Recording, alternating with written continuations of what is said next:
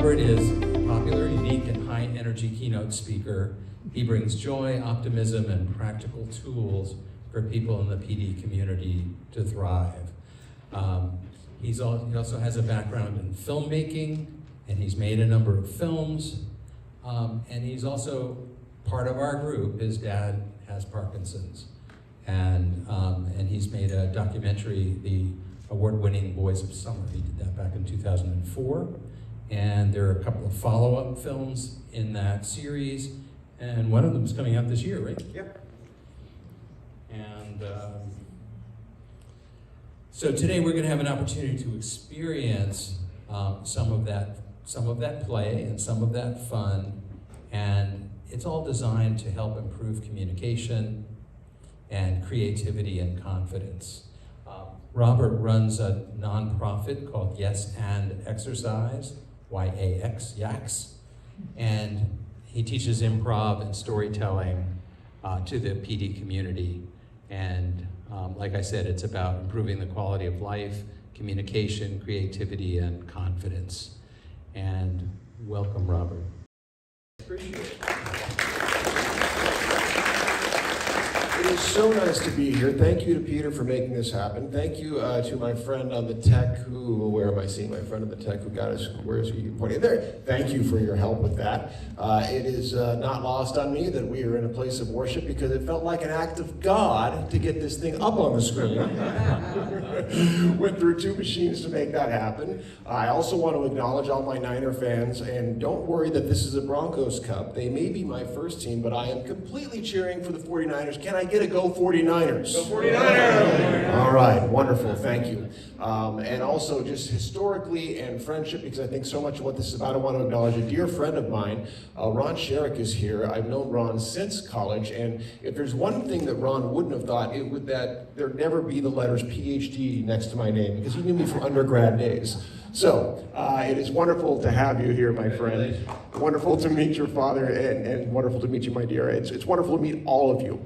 So, this group, yes and exercise. What the heck is that about? Well, it starts by looking at those funny little yaks right there. And when you see those, what we want to go into right away is, what do you feel? What do you feel when you see those little funny creatures communicating with each other? Does anyone have a feeling they can attach? And you can feel free to just shout it out if you have it. What do you feel? Happy, I love that. Anybody else? Joy. Joy is a great word. Silly. Silly, good. I'm gonna go with happy, joy, and silly. That's great. We can name them happy, joy, and silly, as a matter of fact. They got Manny, Mo, and Jack with Pep Boys. Well, we got happy, joy, and silly. Yes and exercise. You're gonna hear a lot about that term yes and, which is germane. It is the foundation of improvisation. And we're gonna see how that fits into Parkinson's, because if you're wondering how it fit, trust me, I had 3.5 years of answering that question in about 1 million different ways to my various committee members during the PhD program. What we say is it's funny how much this can help. So laughter is very much a part of what we do, because it's something that we forget, and we forget how valuable it is to us. What is this? Improvisation and storytelling. Those are the 2 things we're gonna be looking at. Now, we say that improvisation and storytelling promote freedom, and freedom is very important for what we're after in terms of our expression today.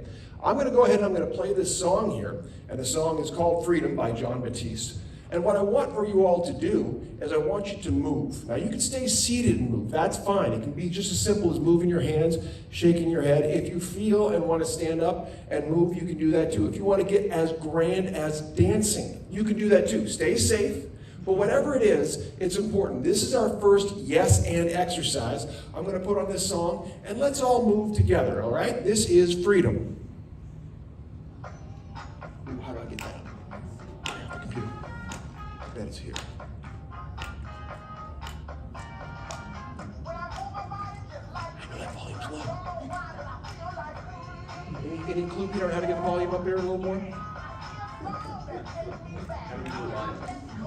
Back, volume. Hold the mic to the laptop.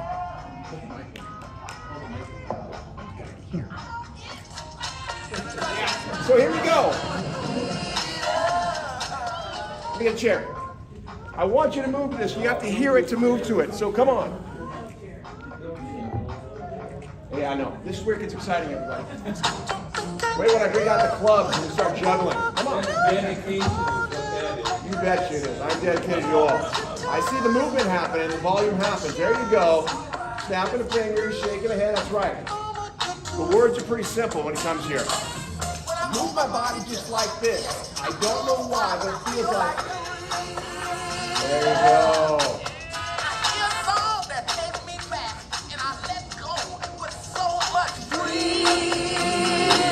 There you go. That's right. You're moving. I like it. I like it. Move with it.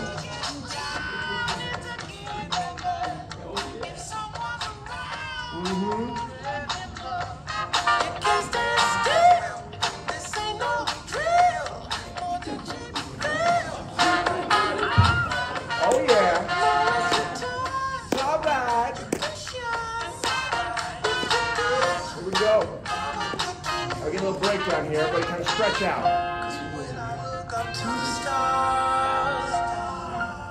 Exactly who we are. You shine and you shine. Here we go. Right.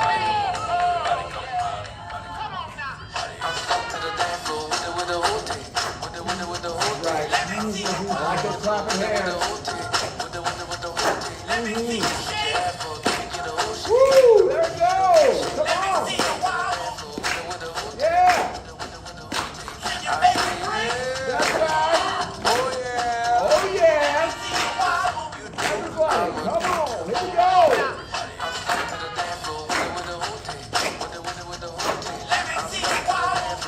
Woo! You know what's feeling the spirit. I love it.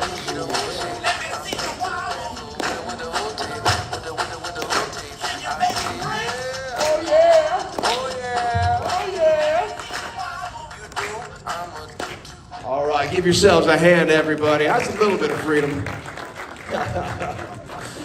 If you don't know John Batista, I highly recommend you giving him a listen. He's not only the band leader for Stephen Colbert's show, but he's a fantastic musician.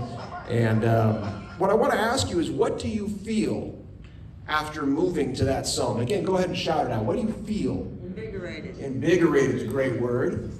Alive. Happy, alive. Those are all great words. Anybody else? What do you feel? Energized. Awesome. Well, here's the thing, that if Parkinson's makes us feel shut down, if it can make us feel less than, movement can help us remember our freedom, okay? And that's what we want. That's the feeling we want, is to remind ourselves that we have freedom and opportunity in movement, okay? Yes, we heard the music, and we decided because of that music, all of you spontaneously started standing up and moving. We did that together. That was a yes and exercise, and a very basic one. Okay, let's roll forward here. Now, there's a story of joy that has to do with what's going on here. I'm going to explain this in just a moment. The background, my dad, and he's in this picture right here. He's right there in the running chair, and that's me to the side, jumping next to him. We just finished the Disney half marathon and pushing him. That was just last month. Dad was a runner before Parkinson's. He was diagnosed in 2001. Big part of his life. And as that started to go away, there was that feeling of loss, that feeling of isolation, that feeling of I can't. And I was thankfully blessed enough to be able to come back up to the Bay Area. I was living in Las Vegas previously, to be closer. And one of the first things I did was, how can I get closer to my dad? And I remembered he loved to run.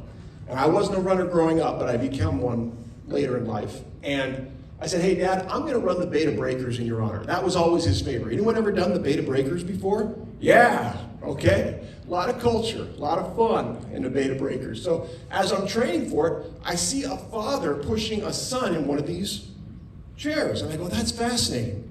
I wonder if a son could push his father. And I called up the good folks at Team Hoyt, and they said, yes, and we're going to send you one. They loved our story. They sent us one of these beautiful chairs. And so we went and we did the Beta Breakers. Let me see if that photo will come up. There it is. Hey, right at the top of, we're right at the top of Hay Street Hill. And see the people we're leaving behind in our dust? That's right, yeah. Okay, so that was real. That was a feeling of, oh my gosh, we can do this thing. And that was amazing. And we thought we were done. That was a big deal. That Dad got to do something that was well beyond where we were at the moment. But in fact, we weren't done because the Michael J. Fox folks heard about us and said, would you like to participate in the Disney Marathon out in Orlando? And it's like, oh wow, that's what I've always heard of. I heard it's an amazing event. They said, hey, you can do the 5K, the 10K, the half or the full. I didn't even get that out of my mouth, and my dad says, let's do the full. I'm like, oh, let's. Yes, let's. So we start training for that. And that's, you know, by the way, during my last semester of my PhD. And Dad and I start training for that. And oh, it's going to go over, darn, I guess it's not going to come up. But you'll have to trust me that somewhere between our first run and that last run we just did was a marathon we did together in Orlando. And that was my dad's first time. And again, he'd never been to Disney World. That was another yes and moment that we didn't know was in front of us, that because we were open to it, it became a reality. And I'd never done a marathon before, but I wasn't about to say no to Dad. And so we did that together. This was closing the loop, actually coming back to the Disney half, because at this moment, you know, we were looking for more. It was as much as a lot of work, it was a lot of joy. The people on the course coming up to us and saying that they recognize themselves and their parents in this position, and telling us how much it meant that we are out there, and they wanted to lift us up with their spirits and their love and their joy, and they wanted to touch Dad and tell him that he mattered. How many people with Parkinson's sometimes feel isolated or not seen? Does it have that effect? Research shows that isolation is really one of the biggest problems with Parkinson's. And so the idea of being visible and even vulnerable in this sense, because you're out and about, lets people know you're there, you matter, you're part of something bigger than yourselves, and maybe something more than you even dreamed you'd be a part of still. So that was all part of what we do together. So now a couple of quick things about Parkinson's. Did you know PD is the fastest growing neurological disease in the world? Did you know that? Yeah, it's that this is when we talk about it as a pandemic, which is what some researchers call. It got kicked out of the way because of COVID being, of course, a pandemic that affected everyone, but the numbers bear out that this is the rate that Parkinson's is growing, and we have to pay attention to it at that level, okay? The growth from 1990 to 2015 doubled. It's gonna double again by 2040 unless we do something about it. And again, what we do about it, well, that's what we're gonna talk about, the value of our storytelling and how we do this. We know that the man-made chemicals are part of this out there. The paraquats, the trichloroethylene, rotenone, and others. This is part, at least, of what is driving the growing numbers, all right? And so we're working to ban that. How many of you have heard of the Ending Parkinson's Disease Act that's now in front of the Senate? Okay, made its way through Congress. April, it's gonna go in front of the Senate. They need our stories. They need to hear from us that Parkinson's matters enough to put the political will behind getting these chemicals out of our society, so we can at least cut off the stem of the newly diagnosed, then we can put more focus into finding that cure. So keep that in mind when we talk about these stories, okay? That's what we do. We cut the prevalence. We caused it. If we caused this rising rates, we can end it. That's important because often with Parkinson's, how many people feel their power lessening? They feel their influence lessening maybe. My dad talks about this a lot. Maybe your energy, your influence. This is a place where your voice matters, your story matters. So I really want to put that in front of you guys to recognize. And there's the book. How many have read that one, Ending Parkinson's Disease? Many? They'll send you a copy for free, okay? endingpd.org is their website. And the doctor, the main doctor, the lead author, Ray Dorsey, is one I've interviewed, good guy, and he says, the problem is the Parkinson's community is too nice. What he means by that is we don't raise our voice enough, okay? That we don't say outwardly, yeah, we need help, because the squeaky wheels get the grease when it comes to this, okay? There are some misaligned stories about what Parkinson's disease is outside of our community, okay? There are people who look at it from the outside in and think, well, it's not that bad, is it? I know, I hear the laughter, and you're welcome to laugh or scoff at that, because if it is that bad to you, we need your voice, okay? And maybe there's feelings of shame or guilt sometimes from the people who have it, who think, well, other people have these acute illnesses or these other things in their life. Look, this isn't about comparative suffering. This is about stating the truth about what Parkinson's is and what we can do about it. Who's heard this? People look at you and go, well, you seem fine. Yeah. They don't know what's going on inside the experience of what it's like to have Parkinson's in your life for the person with or for the care partner. The emotional psychosocial issues are at least as big of a problem, as big of a challenge as the physical symptoms, which are the much, well, you ask the average person who doesn't know about Parkinson's, what's Parkinson's? Oh, that's that tremor thing, right? Not everyone has tremors. That's not nearly the hallmark of what Parkinson's is. Not even the most learned experts in the world know what Parkinson's is. So you know what our job is? To tell them with our stories. Here's what it is to me. Because if you've met one person with Parkinson's, you've met one person with Parkinson's, right? That's why all of your stories matter. The care partners and the person with Parkinson's, family members too. It affects all of us. It's so important we put that forward. Oh, isn't it only older people? As if that was a reason to not pay attention. We know too, though, because of the growing rates in the young onset Parkinson area, that it's not. So again, number one, it's a stupid thing to say. Number two, there's people being diagnosed in their 20s with growing frequency. And they're going to live with it for a long time. We need stories, whole stories. So the problem when you ask someone, tell me your story, well, what if you're not a storyteller by nature? What if that's not really your thing? What if you haven't really looked at your own story? Because you can give an inventory of, well, here's my daily, what I do, go to the doctor, go to the gym, go to my support group. That's not really your story, okay? The story takes discovery. It takes work.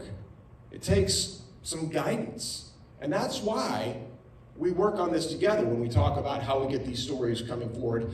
And this particular course that Peter's been kind enough to apply for, I mentioned that the Parkinson's Foundation has these community grants.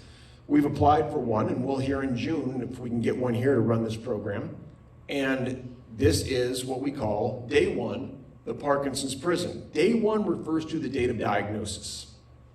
The Parkinson's Prison, we're going to talk about that. What does that mean? Well, it's a person, any mindset a person uses, consciously or not, to limit themselves, okay? The Parkinson's Prison. And this came from a lot of research I was doing near the end of my PhD when I came across the Muhammad Ali quote that said, I feel like a prisoner trapped in my body. Anyone hear that one from him? Okay, so one of our leading advocates said that. And it got me thinking about that. And then I read Viktor Frankl's book, Man's Search for Meaning. Read that one about, he was a psychotherapist in World War II. He was in the Nazi war camps, and he wrote about what that experience of being imprisoned was, both the physical and the psychological effect of it. And it really opened up the idea of what we do to imprison ourselves even when we're free.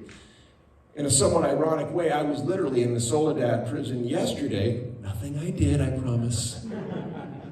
Speaking to a group of incarcerated vets about this program, not necessarily about Parkinson's, but about that.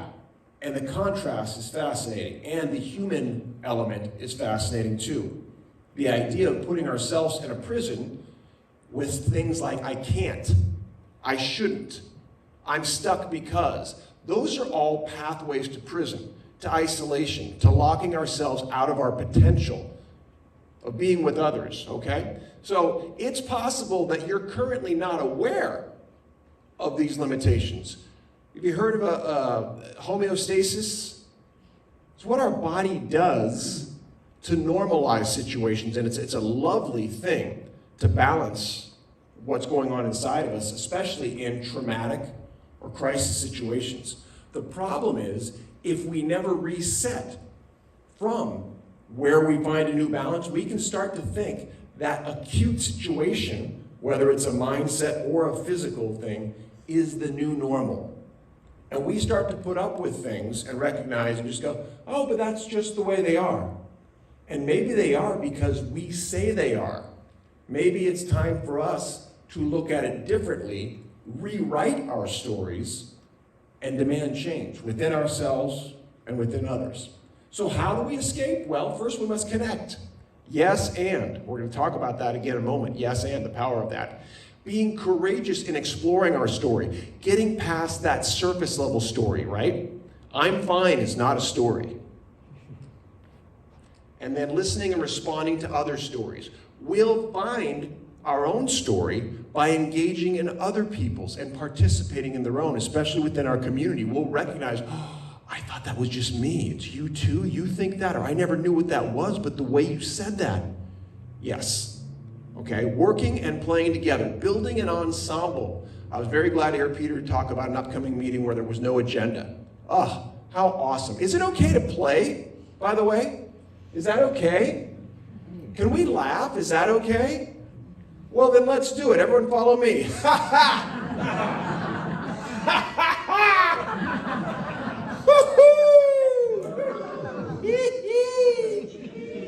How do you feel? Take a breath in through your nose, out through your mouth. We are here together. Okay? This is a safe and brave space for all of us. So we're going to play a game. Let's do that because that's fun too. I'm putting down the mic. I want you to follow me, okay? Do what I do, and we'll keep this nice and easy, all right? Ready? Do this. Awesome. Okay? Keep going. Now, and be comfortable. If your arm doesn't do that for whatever reason, do to the best of your ability. Try not to hit a neighbor, if you can do that too. Okay, good.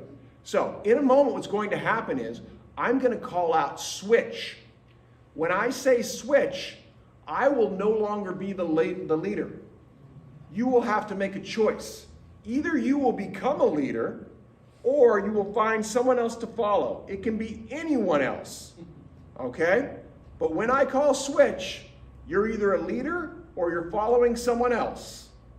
Switch!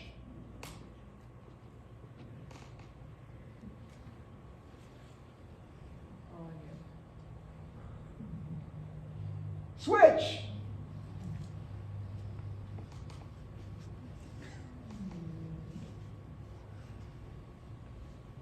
Switch!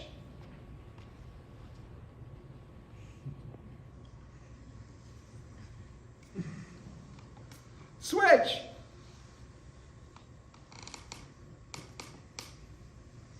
And relax. How do you feel? You can say it.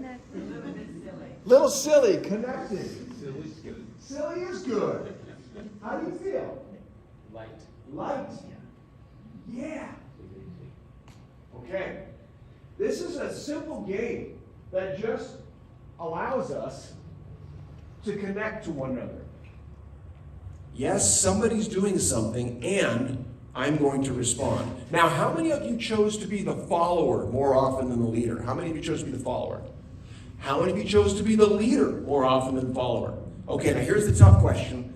Who made the right choice? Everybody. Everybody. Hands. Okay, you're ahead of me. No wrong answers. That's another baseline of improvisation. There are no wrong answers, right? The invitation with a game like that is, if you find yourself leading a lot, try following.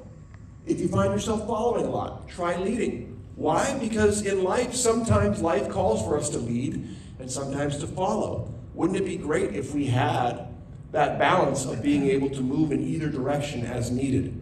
Maybe that would feel like freedom. Yeah? Okay. So that's just an example of a game we play and how we connect to each other. So a few things we know about Parkinson's for sure.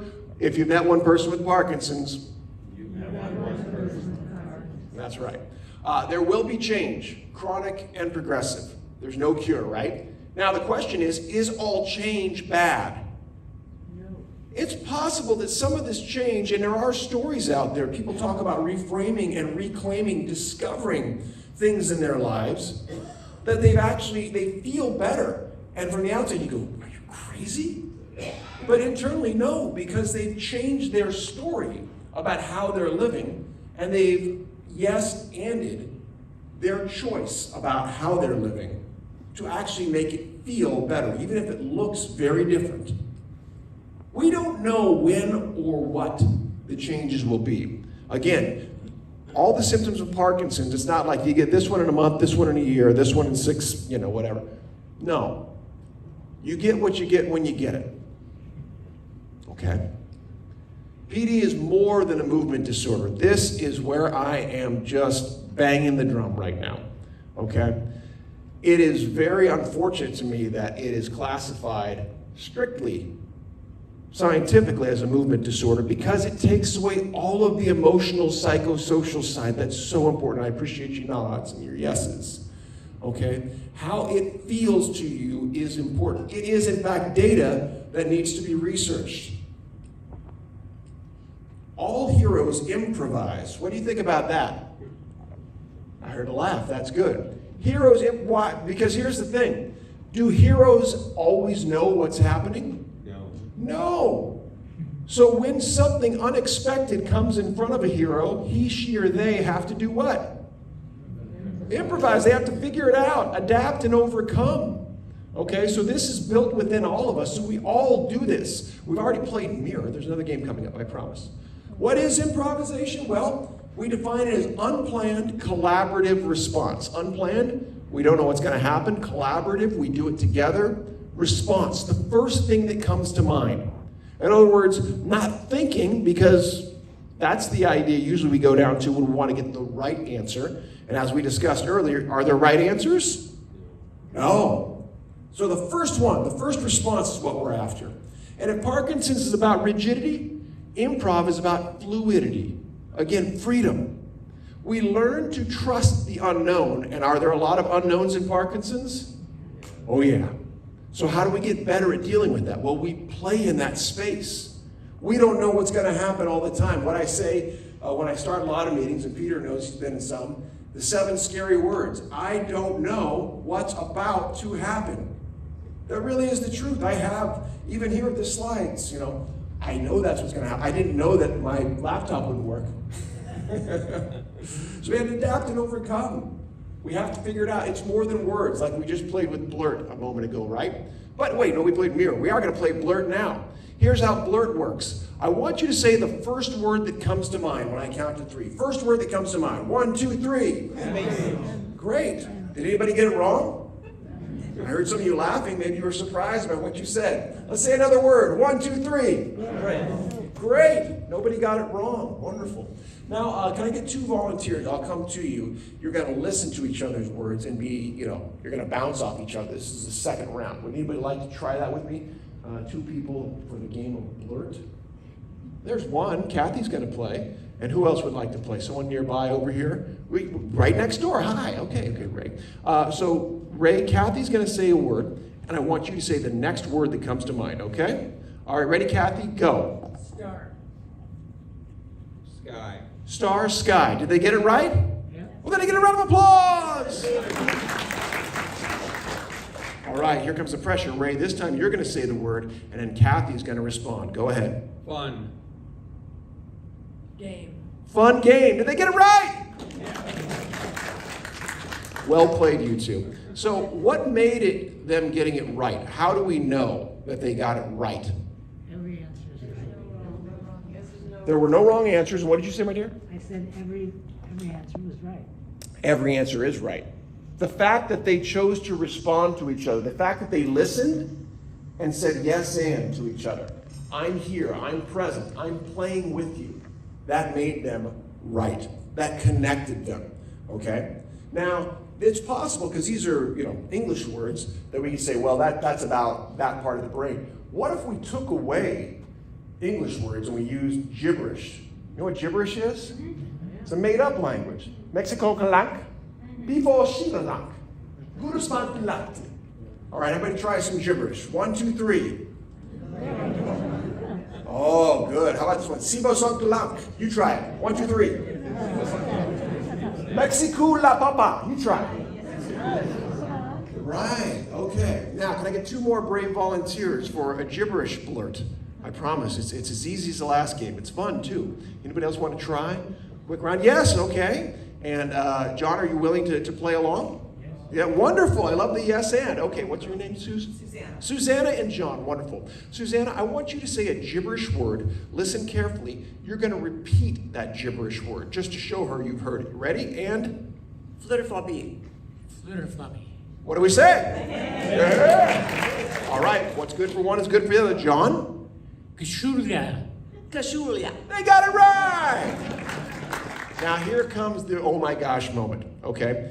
They're going to say a gibberish word, and they're not only going to repeat it, they're going to tell us what it means. I promise. It's going to be right there for you. You ready? Gibberish? Cinderbog. Gefalteri. So say Cinderbach again, and then tell us what it means. So one more time. Flitterbog. Gefalter. So, no, you're good. This is good. This is all right. We have new adaptation of the words. Go ahead and repeat what she says, and then tell us what it means. One more time. Flitterbog. Gefalteri. So, no, say Flitterbach. This is good. This is a brand new adaptation. It happens all the time. That's right. And what I want you to say that word, and then tell us what it means. Ready? Okay, new word. You ready? This is a brand new word, so listen to what she says, repeat what she says, and then tell us what it means. Listerstong. Gelüte. Say Listerstong. Oh, Listerstong. And what does Listerstong mean? Doesn't mean anything. Listerstong means... Oh, it means you're about to fall down. It does. Listerstong means you're about to fall down. Was that amazing? John, that was excellent. Well done. Now you're going to give a piece of gibberish, of many of which you've already given out, but if you can give one more piece of gibberish, you're going to repeat it and then define it. You ready, John? Go ahead. Glupkak. Glupkak. And that's what you find in the bottom of your shoe. There it is. Everybody point to your gloopcock. Give it up right there. Is it okay to laugh? Is it okay to play? Yes. Do we find new things when we allow ourselves to laugh and play? Yeah? Do we discover pieces of ourselves that maybe have either gone dormant or we've forgotten about by laughing and playing? And we can take it even further and really go into, oh my gosh, that's a piece of me that it honors my being. It's why I'm alive, to laugh, to play, to connect. To be silly and then all of a sudden realize there's something in that. There's a story behind it, perhaps. It's all about connection. There's those 2 words, yes and. Yes, Parkinson's is part of my life. Who had trouble with that when they were first diagnosed? Okay. In storytelling terms, that's the refusal of the call, and it's very human. If we look at receiving Parkinson's as the call to adventure in the hero's journey, which may sound like, what the heck? Why that doesn't sound like an adventure. It sounds like, hell. But maybe it's more than that. And that's what we're here to explore. If we can accept, and we don't have to like it, we don't have to, say, oh boy, yes, Parkinson's is part of my life. Then we get to our power room. Here's what I'm going to do because of that. If we do not accept it's part of our lives, we cannot address it in a way that engages our power, what we want from it. So saying no means pretending, means denying, means refusing, and cutting off our power source. The other tricky one is yes, but. Anyone ever heard that before? That's when you accept it, but you'd like to change it to be your version of that thing. Right? We plan, God laughs, right? Okay. Yes, and. We need to accept it fully. When we play, this is never about performance, even though you were very kind, both of you, to perform a bit in front of the group. Here's what we say about this play versus performance. Because if you've seen improv, maybe Whose Line Is It Anyway? Or Saturday Night Live, right? That can seem pretty daunting, the way they play, right? That's not what we're trying to do or build, okay? We play it in a way where the person that gives the most wins. In other words, when you play with somebody else, that's what makes them feel great. You may think, I have nothing to give. And when you yes and what they do, you validated them just by listening and being present and connecting to them. So again, the person that gives the most wins. And we point to the fun. It's never about us. It's not about performing. It's not about, hey, look at me. It's about how can I make the other person look or feel great. And we're going to play a game that does that right now, okay? Here's what I want you to do. I want you to pretend when I point at you and I say the word you, that I just passed you a ball. And you've got to pass that ball to somebody else because it's going to make them look and feel great, okay? I'm going to pass the you, and with energy, you pass it to someone else by saying you, and you point at them. We're going to have a whole room full of yous in just a moment. All right? Everybody ready? Get your hands free because you're going to be pointing. Okay? And you can point next to you, behind you, around. That's right, exactly. Here it comes. Get ready, and you. You. You. You. Keep pointing, keep passing. You.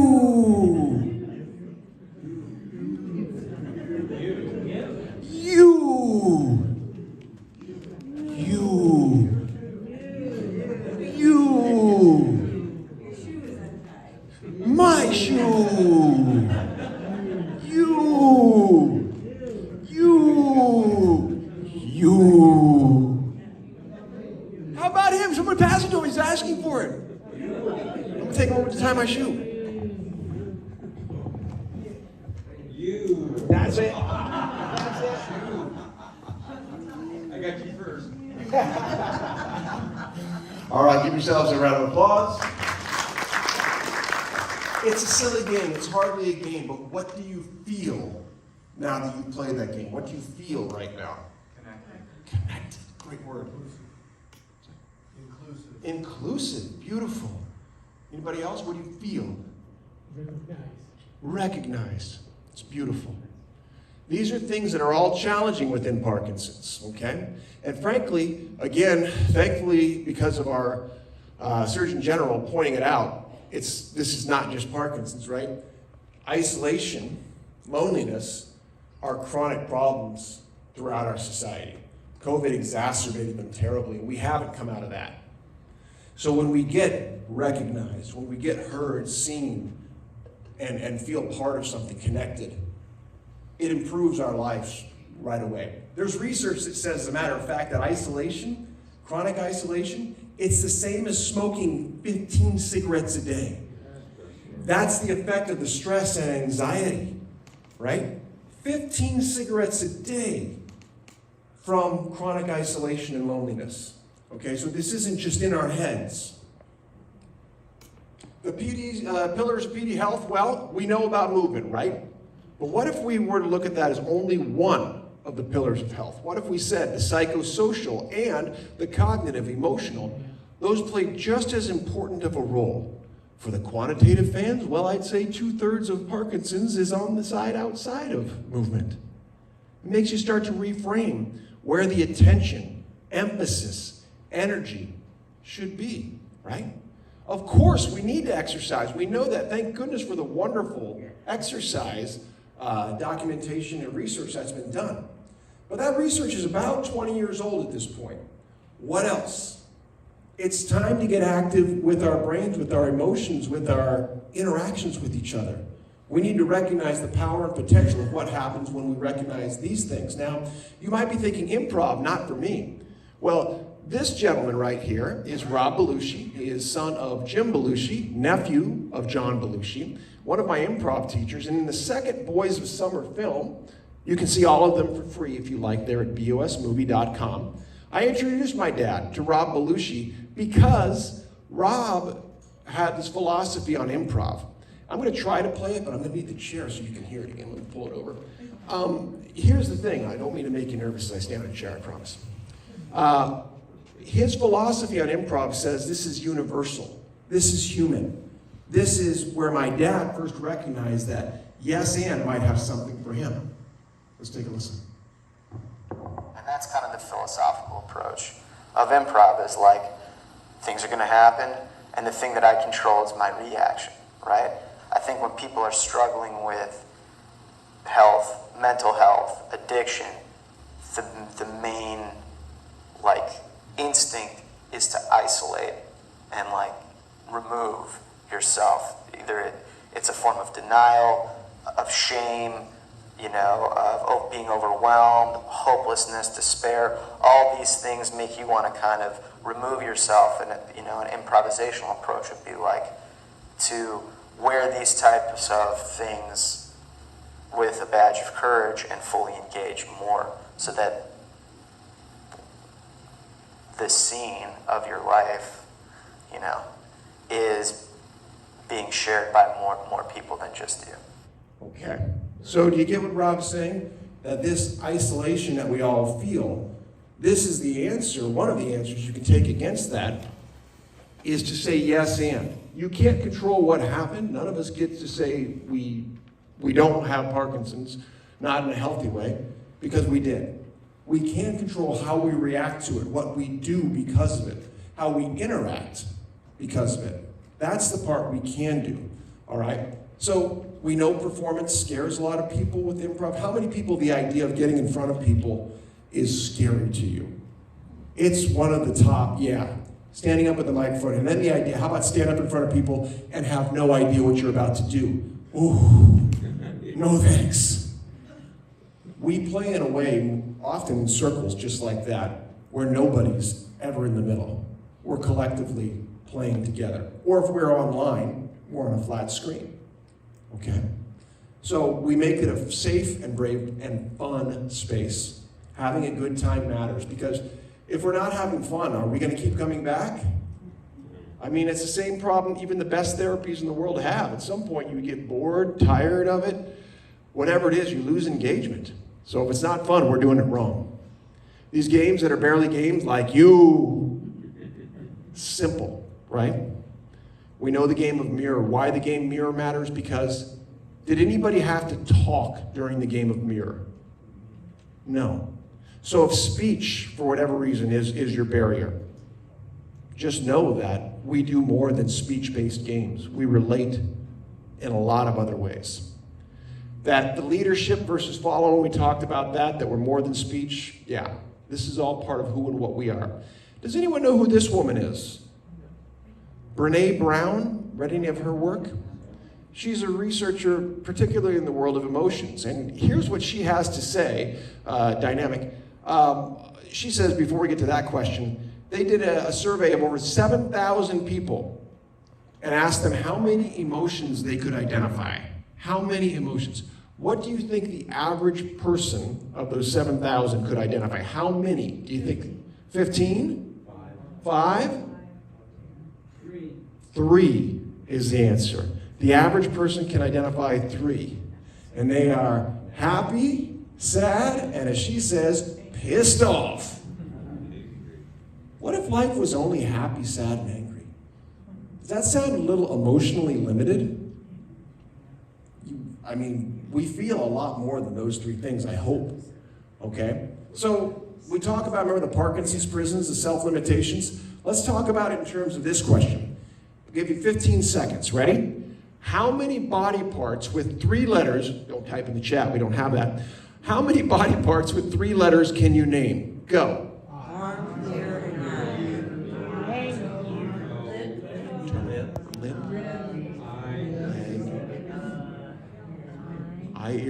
Eye, ear, lip, leg, toe, arm. Okay, I think it's about 7. It's pretty good. It's pretty good. Leg, yeah, might be 8. So the average group of adults gets somewhere in 5 to 8. So if you're 8, you're in the upper echelon of groups, good. But kids, for whatever reason, get more. Why would kids get more than adults? What's that? They can't spell. They can't spell. We call them creative types. Yes, so perhaps creativity plays. What else? Why else might kids do better at this than adults? Because they use their body parts. They use their body parts, and more in the foundational parts of exploration over here. Was it that? Part of our development. Yeah, okay. Well, here, let me give you some clues as to what they do, which makes them different. How about fur, or paw, or fin? It doesn't say human body parts, does it? Who put that limitation on you? It wasn't this guy. Okay. What about any Spanish speakers out there? Oh, that's I, right? It's your I.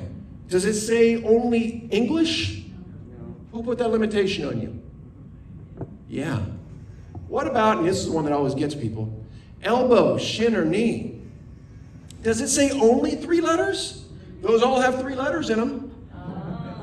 It does! I know. Now you might be going, wait a minute, darn it. But the point is that these self-imposed limitations we all have, we don't even recognize them when they're happening. We're saying no to things just out of pre-programming, based on old stories. This is where we have to rewrite those things, those self-imposed prisons, okay? Because they limit our lives in dynamic ways. Here's the program that we have going on. In fact, there's a class of it right now. The Parkinson's Prison and the Hero's Journey to Escape. The Shawshank Redemption is our feature film we use within that. We study that film for 16 weeks, scene by scene, through the hero's journey. Anyone heard of Joseph Campbell? A few of you? Great, we're going to talk about that. Because that's when we talk about storytelling. We use that framework to bring out your hero's journey. And many of you, you can tell me right now, how many people balk at the idea of being a hero? Labeling yourself a hero. Does it bother you? Does it scare you? Does it? Yeah, it's very fair, okay? Here's the thing. If you're not going to be the hero of your life, who is? Okay? It's our lives, people. Every single one of us gets to be the hero in our own lives and define that space. So, we've got this class going on, and there are many reviews, and you see the one, this course surpassed the benefits of therapy. What we do is, we get together, let's see, I think I have this on the next slide. I don't want to jump too quick. Oh wait, maybe I don't. Let me go back to it then. We get together for 16 weeks, once a week, 90 minutes online in a Zoom room. And we begin with a song, much like we did here today with Freedom. We examine that song. What did it lyrically have to say to us? Because it plays into the theme. Then we play some improv games like we've done right here. And then we look at a scene from, in this case, The Shawshank Redemption.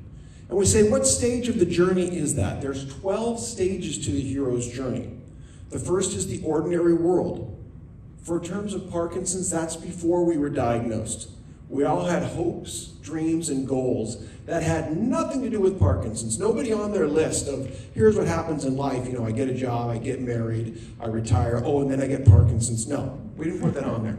So in our ordinary world, life before Parkinson's. Stage 2, the call to adventure, the day of diagnosis. So important to look at that. Many people, raise your hands if you are in this group, were traumatized on the day of their diagnosis. How many people had that experience? Either how it was handled or just how you felt about it. We don't have to blame the clinician necessarily, although unfortunately there are a lot of those stories. So that's stage 2. Stage 3, the refusal of the call. Even if it didn't happen right then, some of us, most of us, at some point said no. It may have been a momentary thing. It may have lasted weeks, months, years even. We said no. We refused. We denied it. We weren't going to tell others. We hid it. Shame, grief, guilt, whatever it was. Stage 4, we meet the mentor. Somebody or somebodies helped us to recognize, okay, this is Parkinson's. I have to deal with it. How? They started to give us some steps. Stage 5, we cross the threshold into the special world. We leave the ordinary world behind. In the special world, we get to make up who we want to be. This is the rewriting of your story that we talk about. As we say, mythologize yourself. If you happen to like a certain style, a Game of Thrones style, and you want to see yourself as, Robert the Wise, whatever it is, or the Queen of the Dragons, you can tell your Parkinson's story through that lens very effectively. And again, that's what we start to discover. Stage 6 tests allies and enemies. The things that come up in our lives. What is testing us? Who's helping us? Who's blocking us? Who are the threshold guardians keeping us from moving on? Stage 7, the approach to the inmost cave. What do we most want? And what are we most scared of? Stage 8, the ordeal. Those two things meet. The thing we want the most and the thing we're most scared of. Stage 9, the reward. We gain something by facing our worst fear and being vulnerable enough to wish for something bigger than us. Something. It may not be what we expected, but we gain something. It might be confidence. It might be resilience. It might be a magical amulet. Stage 10, the road back. Because we've spent time in this special world, guess what? We need to return to where we started. And whatever we faced in the ordeal, it's probably not done with us. It's not as simple as saying, I no longer want that thing for it to go away. We have to face it again. Stage 11, the resurrection. Something has to die. A belief system, a relationship, something that was holding us back has to go away. And we are reborn a new person to stage 12, the return with the elixir, when we realize the journey that we just went on wasn't even for us. What we're bringing back is to help those around us. We are part of something larger than us. We have discovered something important. That is the value of going deep within our stories. And what Joseph Campbell learned when he developed this hero's journey was that our stories from the cave dwellers, beginning of time, to the time of Christ, to the time of modern times, we're all telling the same story to some degree.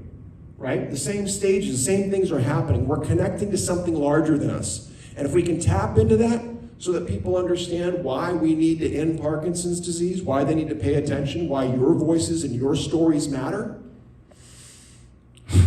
that means what we're going through matters. None of us need to suffer in silence. Okay. So, why this matters ultimately when we look outside of the group? Well, mind the gap, the research disparity. Okay? So cancer on an annual basis gets 7.3 billion, HIV gets 3.3 billion, and Alzheimer's 3 billion. How much do you think Parkinson's gets annually from the federal government? I see you shaking your heads. You're in the right space. Let's do it. 254 million. They're not listening.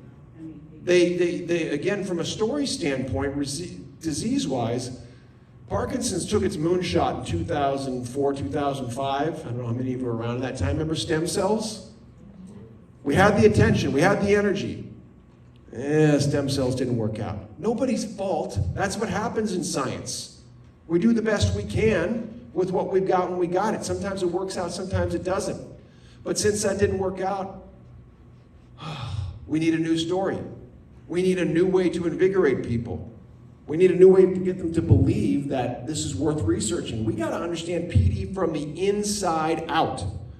Instead of researching from the outside in, having people measure by looking at you or doing whatever properties you're doing, your feelings and your connections from the inside out are what need to be researched. Your story is data with soul. That's why we need, and you need to understand it and share it. Yes, and exercise, YACS, including day one, helps bring that fresh data, your voice forward, for you to do whatever it is you want to do. How do you want to get it out? Up to you. There's so many ways to get that out these days. Your call, okay? Our mission is to raise the voices of the people with and affected by PD. That's who and what we are. All right, we're wrapping this up. Remember that book, Ending Parkinson's Disease. If you haven't seen it or haven't read it, please, I encourage you to look it up, endingpd.org. They'll send you a copy. Should get some copies here. Dr. Dorsey says, remember, we're too nice. Remember, within that, by the way, I think many people may remember Mothers Against Drunk Driving. Okay? They weren't too nice. They got what they needed. HIV/AIDS campaign and movement, they weren't too nice. They got what they needed. The polio vaccine, okay, March of Dimes, again.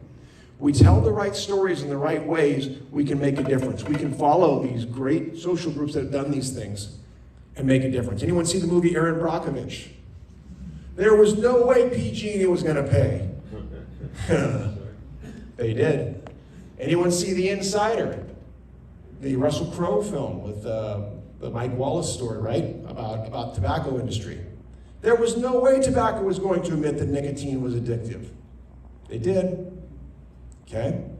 The right stories can be told to make differences that are bigger than us. What do stories do? They affect our bodies, they affect our chemistry, they affect our emotions. We're hardwired for stories.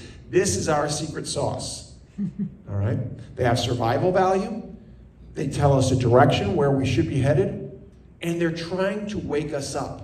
Something is sleeping inside of us, maybe societally, but the stories can bring that forward so that we can do something together. The researchers need you, and everybody needs somebody. You guys remember that last bit here? The Blues Brothers? Who's seen the Blues Brothers? Yeah. You remember when they were on stage, final scene, about to get taken away by John Candy and the boys? And they started singing a song.